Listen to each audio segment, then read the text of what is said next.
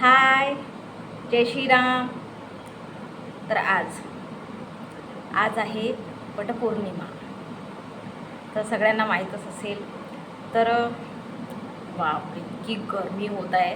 कालच आमच्याकडे पाऊस आला, म्हणजे एकदम नाही आला, थोडंसं जे जमीन ओली होत आहे तसं आला. आणि आज इतकं गरम होत आहे की काही सांगायचं कामच नाही, इतकी गरमी लागत आहे. तर पावसाचं काही बरोबर नाव नाही की बरोबर येईल बा वगैरे म्हणून, नाही का. तर असं आहे, तर खूप गरमी होत आहे. तर आता काय करणार आहे का नाही, येईल तेव्हा येईल आता म्हटल्यासारखं तसं असं आहे. तर आता छान जे वटपौर्णिमा उपवास आहे, वटपूजाचं जे आहे आपलं महत्त्व म्हटल्यासारखं ते बोलूया छान. तर मी सकाळीच पूजा वगैरे केली, कारण की मी शॉर्ट व्हिडिओ पहिलंच टाकून दिला. पूजा केल्याबरोबर सकाळीच माझी साधी सिंपल पूजा असते, कारण की सांगायचं म्हटलं एक की आम्ही आधी वगैरे किराण राहत होतो. तर तिथं वगैरे म्हणजे जायचो वगैरे असं म्हणून नाही वळपून जायला, पण ते बाया ज्या आपल्याला सोबत पाहिजे. आता कोणी असं म्हणतात की कसं बाई सोबत राहिली, म्हणजे सोबत अशा बाया राहिल्या तर ते असं जायला वगैरे काही वाटत नाही. म्हणजे असं म्हणत नाही की मी आधी वगैरे आहे ते वड पुंजायला गेली होती, पण आत्ता सध्या जे म्हणत आहे, तर आता सध्या मी घरगुतीच पूजा करते. तर ते सांगत आहे, आधी छान असं म्हणजे बायांसोबत जायचं, वळपून जायचं आहे की नाही असं वगैरे होतं. पण जेव्हापासून मग आमचं आम्ही इकडे आलो, आमचं घर वगैरे झालं, तेव्हापासून मग काय हजबंडच जे आहे ते छोटं एक पान आणून देतात मला, वडाचं जे आहे ते. तर त्याच्यावर मी छान अशी पूजा मांडत असते. असं आहे आपलं, जेवढं आपलं साधं सिंपल होईल, कारण की आमच्याकडे दूर जावं लागते खूप, नाही का. आणि सेक्स सांगायचं म्हटलं तर तेच बायासोबत राहत नाही. बाया आपल्या जे म्हणतात वावरा शेतात चालल्या जातात, जे ज्यांनी पूजा करायची असेल करतात, नाही तर माहीत नाही तेवढं, आपण काही कोणाच्या घरी जाऊन विचारत नाही तेवढं. तर तेच म्हणत आहे की जेव्हापासून मग आली आपल्या घरगुती जशी आपली पूजा होत आहे, म्हणजे जेव्हापासून म्हणजे समजलं की घरी आपल्याही पूजा घरी होऊ शकते, असं काहीच नाही आहे. जर आपण करतो म्हटलं तर साधी सिंपल जी आपली पूजा आहे, तर तेच म्हणत आहे की जेव्हापासून मग इथे आले तेव्हापासून ते आपलं पूजा आपलं चालू झालं आहे की साधं एक छान असं ते वडाचं पान आणतात. आणि मोठंच असते ते पान. आणि तेच आता आपल्या घरी जे आपली सामग्री राहते, आंबा वगैरे आपण आणतोच, तेच नाही का. आंबा राहते, आपले हळदीची जे आहे पिंड बनवतो, आणि ते कापसाचं जे आहे ते छान हार बनवतो. आणि कोणी गव्हाची ओटी भरतात, कोणी तांदळाची ओटी भरतात. तर गहू एक सांगायचं म्हटलं तर मी तांदूळच ठेवले होते, म्हणजे शॉर्ट व्हिडिओमध्ये टाकला आहे, कारण की गहू जे माझ्या चिमण्या आहेत त्या खात नाही, त्यांचे छोटे छोटे जे तोंड असतात ते खात नाहीत मी, कारण की खूपदा टाकून आहे. तर म्हणून म्हटलं तांदूळच टाकून द्यावं, कारण की तांदूळ तिथे टाकले, जर भीतीवर टाकले तर ते खातील तरी, असं म्हणून नाही. म्हणून ज्या ठिकाणी भरायची असते त्या ठिकाणी देते मी एक गहू, असं वगैरे काहीच नाही. पण मी म्हटलं जाऊ दे, तांदूळच टाकून देऊया, कारण की काही हरकत नाही, जे ज्याची पण ओटी भरली ते असं आहे. तर म्हणून मी तांदूळ ठेवले आहे तिथे, असं आहे. तर तेच म्हणते की छान जसं आपल्याला जसं सोप्या पद्धतीनं होत असेल, न हे करता म्हटल्यासारखं, नाही का, न जाता कुठे म्हटल्यासारखं कोणाकडे राहते असं म्हणून नाही, पण खूप दूर राहते मी, खूप म्हणजे असं ऐकलं आहे. माझ्या बहिणीचं पण जे माझ्या बहिणीचं गाव आहे तिचं ऐकलं आहे की आमच्या जे त्याच्या गावाकडे आहे ते खूप दूर जावं लागते, असं आहे वळपून जायला. तर कोणी कोणी जात असतात असं म्हणून नाही, पण ज्याचं ज्याचं जसं जसं पाहिजे तसं म्हटल्यासारखं आहे. तर तेच म्हणताय की आणि एक सांगायचं म्हटलं तर एक आम्ही जे म्हणतात आता किरण तर आधी जे बाया आहे, तर आम्ही काय करायचो माहीत आहे का, संध्याकाळच्या टायमाला 3-4 वाजता असं जायचो, कारण की बाया कसं कामं वगैरे करून आपलं आरामशीर पूजा करायला जातात. असं नाही की सकाळ आपण जावं की पूजा करावं, असं पण असते बायांचं की जे आपले कामं वगैरे आहे ते बरोबर आहे म्हणा, की कारण की कामं ठेवून आपल्याला म्हणजे कसं तिकडून आल्यावर कसा त्रास येतो कोणतेही, असं नाही का म्हटल्यासारखं की करायला. तर म्हणून मग ते तसं करतात की छान असं कामं वगैरे करतात आणि मग जातात. आणि एक उपवास म्हटलं, कारण की काल संडे होता, कालपासूनच जी आहे पौर्णिमा लागली, त्याच्यामुळे आज जे आहे ते आज दिवसभर म्हणजे 5 वाजेपर्यंतच आहे बहुतेक, कारण की मी कॅलेंडरमध्ये बघितलं की 5 वाजताच दाखवत आहे तिथे समाप्ती म्हणून. तर असं आहे. तर तेच म्हणतं की काल लागली आज संपत आहे, म्हणजे उद्यापर्यंत नाही राहणार, आजच संपत आहे, असं आहे. तर तेच म्हणतं की कोणी करणारे जे उपवास वगैरे आहे ते संध्याकाळी पण सोडू शकता, असं काहीच नाही. जसं जसं त्यांनी करत असतात ते तसं. तर तेच म्हणता एक छान, म्हणजे जसं आपल्याला वाटेल तसं. आणि पुन्हा उपवास असं म्हटलं तर उपवास कसा आहे की मी माझंच सांगत आहे.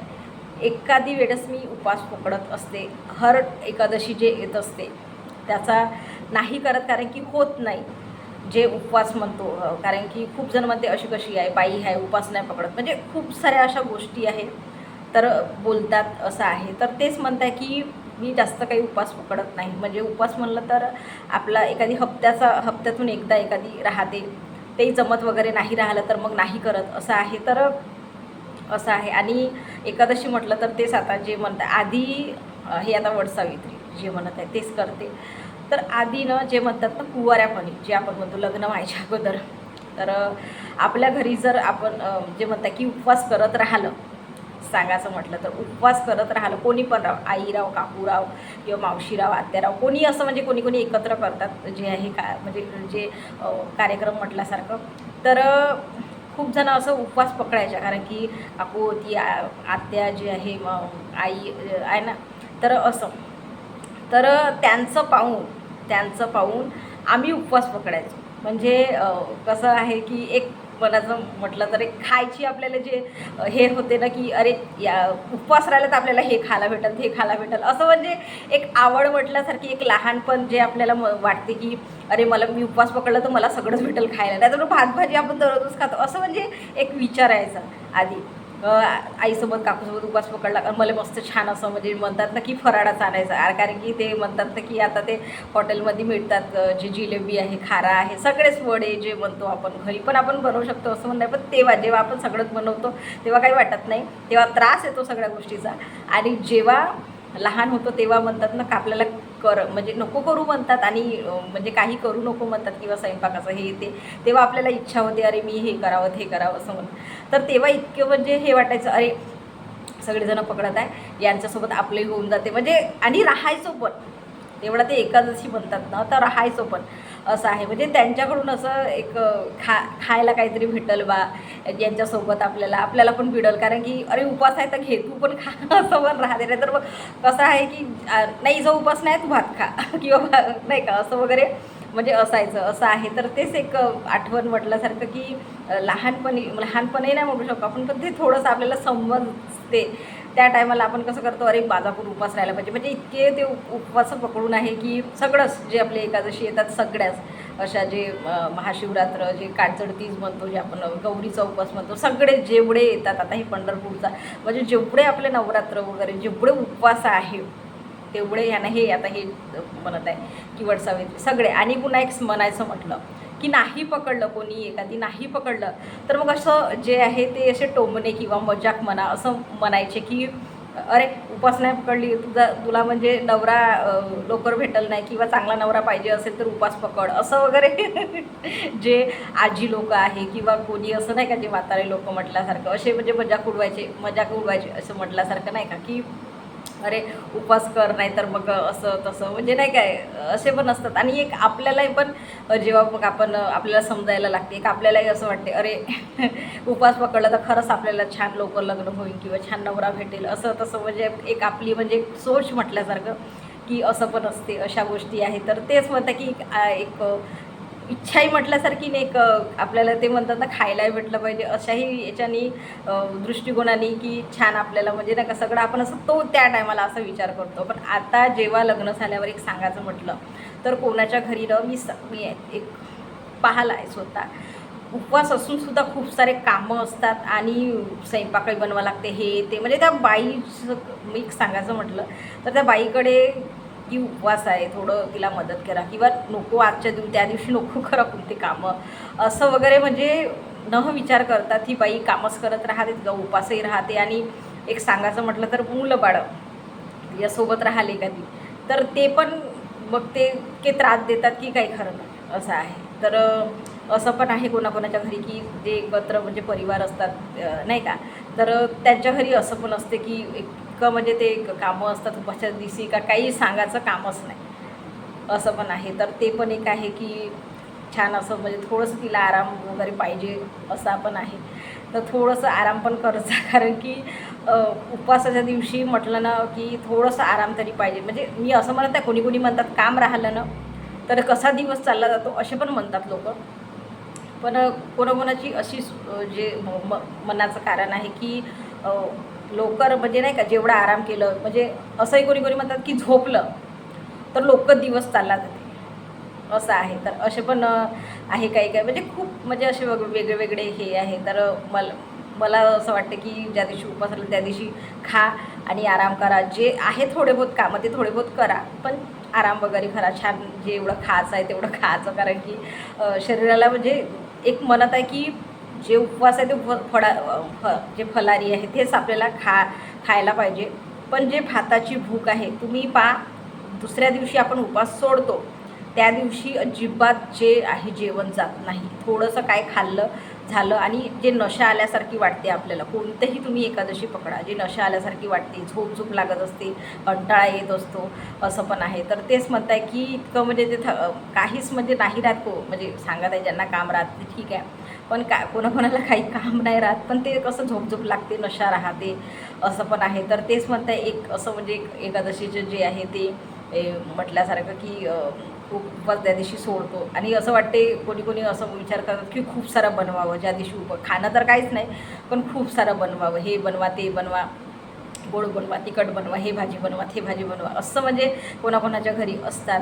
तर तेच ते बनवतपर्यंत 2-2:30-3 वाजून जाते ना, ते मग जेवायचं कधी ना, ते काही म्हणजे 12च म्हटलं तर 12च्या नंतर तुम्ही सोडू शकता, असं आहे. पण ते वाजतात 3, ते बनवतपर्यंतच पूजा करत, कोणतं एखादी पूजा वगैरे राहिली तर ते करतपर्यंत, असं आहे. तर माझं जे आहे ते मी सकाळ कारण की आता जे म्हणताय नाश्ता वगैरे आपला झाला, जे आपलं आहे खिचडी, साबुदाणा खिचडी वगैरे, कारण की पूजा केली, हजबंडसोबतच रात्रीच साबुदाणा टाकून ठेवला, हजबंडसोबतच जे स्वयंपाक केला आहे डब्बा दिला, त्याच्यासोबतच खिचडी जी आहे ते बनवून टाकली, खाल्ली थोडीशी. आणि पूजा झाल्यावर जे म्हणताय सकाळी आपली मी सकाळीच पूजा करून टाकली, कारण की म्हटलं काय दुपारी करावं, कधी करायचीच आहे. तर ते जेवढं आपलं पूजापाठ जेवढं लवकर झालं तेवढं चांगलं, असं आहे. तर तेच आपलं खिचडी वगैरे खाऊन आपण थोडंसं आराम करून आता संध्याकाळचं जे आहे, संध्याकाळी तर स्वयंपाक बनवायचाच नाही, कारण की उपवास जायचे पाहू मग हजबंड आल्यावर काय गरम गरम वगैरे म्हणतात, तर ते असं आहे. आणि जे आता सांगत आहे की दुसऱ्या दिवशी तेच जे हजबंडचं जे डब्बा बनवायचा त्याच्यासोबतच स्वयंपाक होऊन जाते आपला, आणि ते जेवण केले का मग लगेच थोड्या वेळाने जसे 12 वाजतात तसं छान असं उपवास सोडून टाकते, असं आहे. तर तेच म्हणतं की जे आहे ते पटकन बनवून टाकायचं आणि मोकळं व्हायचं, ते एकदम 3-4 नाही वाजवायचे. कारण की मी स्वतः बघून आहे, आमच्या घरी पण मोठा परिवार होता, तर खूप वेळ लागायचा. म्हणजे आधी जे म्हणता की आधी उभाऱ्यापणी जे आहे लग्न व्हायच्या अगोदर उपवास पकडायचं होतं ते 2-3 वाजायचे स्वयंपाक व्हायला. आणि तेच कामं वगैरे करून असं विचार करतो की कामं करा, मग स्वयंपाक बनवा आणि मग जेवण करा, असं पण आहे. तर तेच म्हणता की असं असते जे एकादशीचं जे आहे. आणि आता तर स्टार्टच होताच, कारण की आता ही वटसावित्री आहे, पुन्हा मग ते जे काय म्हणतात आषाढीचं जे आहे ते एकादशी ते येत असते, पंढरपूर यात्रा म्हणून आहे ते एकादशी, मग असं स्टार्टच होत जातं असे जे उपवास वगैरे आहे ते. तर ते एक म्हटल्यासारखं, तर अशा पद्धतीनं जे आहे उपवास आपला आहे संपूर्ण होते. तर तेच म्हणताय की तुमच्याकडे पण पकडत असाल का बाया आता, कारण की भरपूर जे आहे जे नाश्ता वगैरे करावं लागते, कारण की आता खूप आणि गरमी तर इतकी होत आहे की पाणी जीव होत आहे. म्हणजे खाल्लं तरी तिखट लागते आणि पाणी थोडंसं म्हणजे पाणीच पितो आपण जास्त करून, कारण की गरमीच तशी होत आहे, असं आहे. कारण कधी कधी इतका पाऊस येतो जे आपण म्हणताय वडसावित्रीला की काही सांगायचं कामच नाही, की कधी कधी आपल्याला बाहेरसुद्धा निघायला किंवा आपण म्हणतो ना वळपून जायला झालं ते सुद्धा आपल्याला कधी कधी होत नाही, असं आहे ना. आता एवढेच का म्हणजे पाऊसच नाही आहे, तर तेच म्हणतात की इतकी गरमी होत आहे, खरं असंच आहे. तर तुमच्याकडे पण छान उपवास पकडत असेल, छान असं मस्त पूजा वगैरे करा, छान असं आठवण म्हटल्यासारखे फोटो काढा, व्हिडिओ काढा, छान असं मज्जा करा, ठीक आहे. जय श्रीराम.